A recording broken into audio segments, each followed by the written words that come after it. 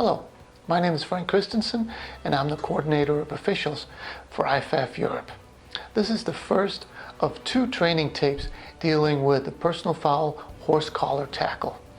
And today we're going to focus on the type where the tackle is actually made. So we're going to look at some examples of when it's a foul and when it is not a foul. But before we get there, let's have a look at what the rulebook and the MOFO have to say about this. In the rulebook, we go to Rule 9.1.15 dealing with horse collar tackle.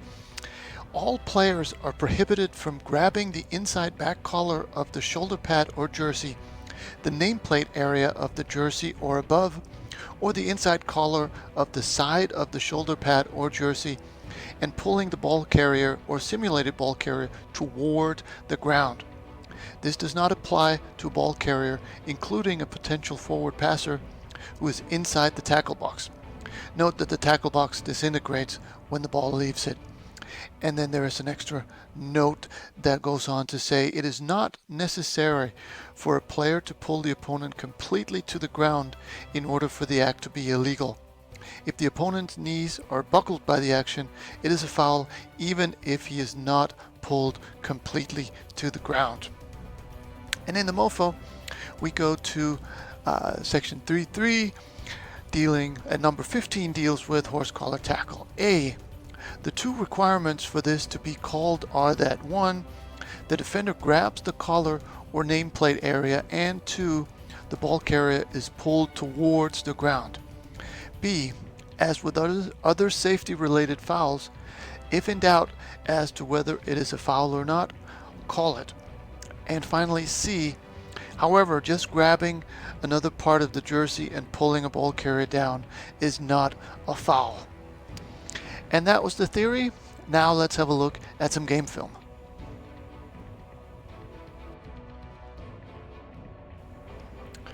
First, we're going to look at some plays where horse collar tackle either was called correctly or should have been called. And we'll be looking at both factors. We'll be looking at grabbing the collar and pulling down. So in this case, we certainly have the grabbing of the collar or jersey around the nameplate area, and he gets pulled down. So both factors are in effect here, and this should be called. On this play, we're in the backfield, but it's the same rule that applies. So we've got a few things to look at. The ball snapped in position 5. He is now the runner is now well outside of the tackle box. He gets grabbed in the collar, or at least in the nameplate area, and he gets pulled down. This is a clear case of a horse collar tackle. Here's another one that happens in the backfield, and see right there. So again, we're outside the tackle box.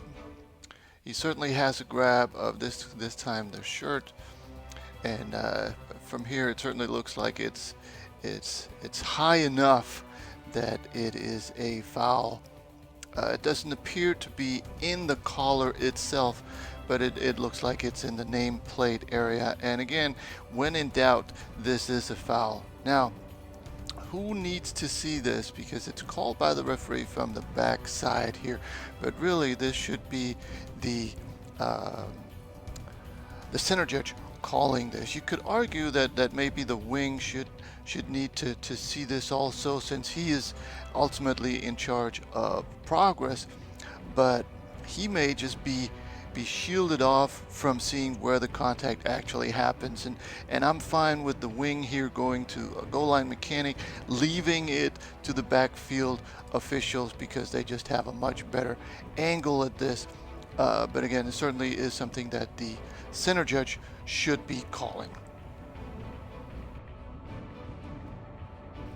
In this example, there's no doubt that the runner is outside the tackle box, so we just have 2 things to look at here, and I think it's safe to say that he certainly grabs the collar of the shoulder pad and he's certainly tackled by this action. So this is definitely an illegal horse collar tackle. Now, in terms of we have two flags here. In terms of how we throw these flags, let's make sure that they're overhand, because when you throw the flag underhand like that, it just looks like, from the middle of the field, it would look like a late hit or an unsportsmanlike or something like that. So let's make sure that our flags tell the communication that we want it to tell.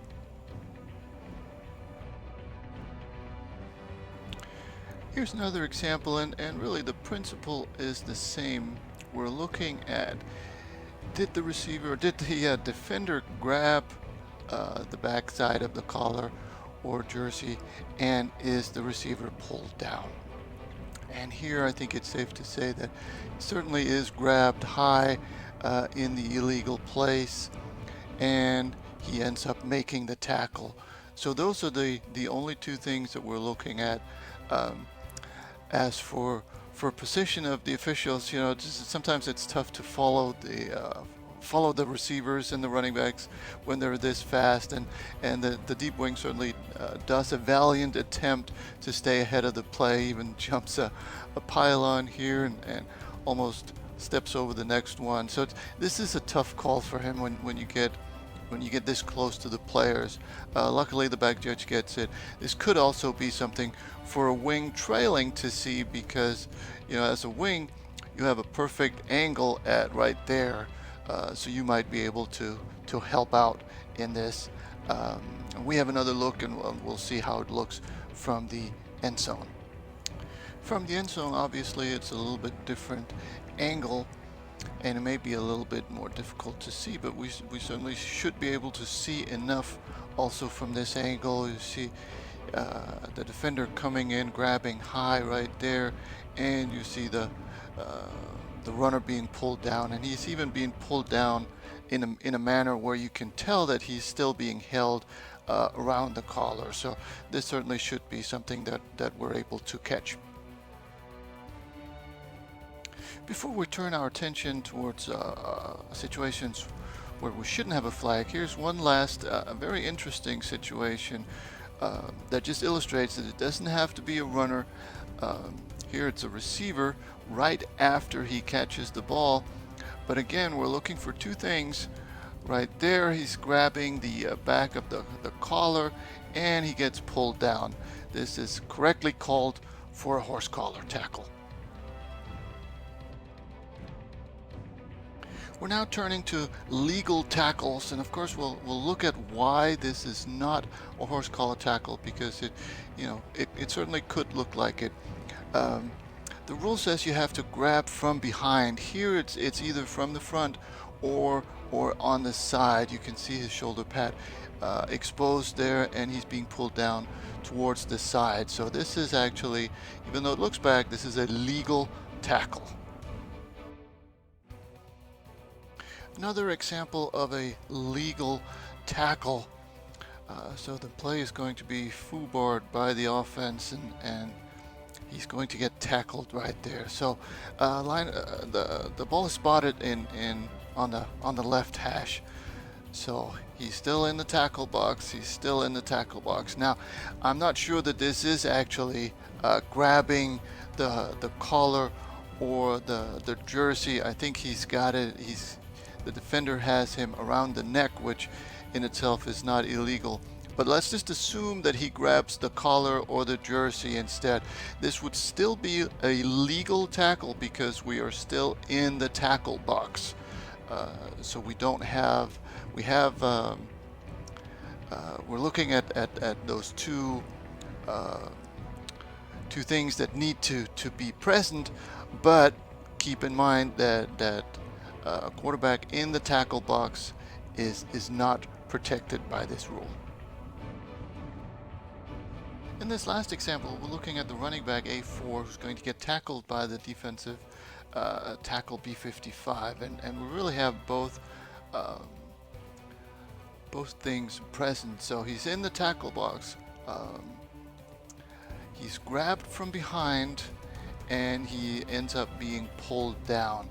So outside of the tackle box, this would be a foul. We have both indicators there, but because this happens in the tackle box, it doesn't have to be just the quarterback.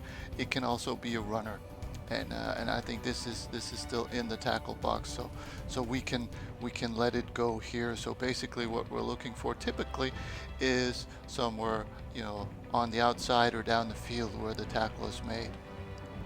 But I hope this illustrated what's legal and what's illegal. In any case, this was the training tape. I hope you found something you can use on the field.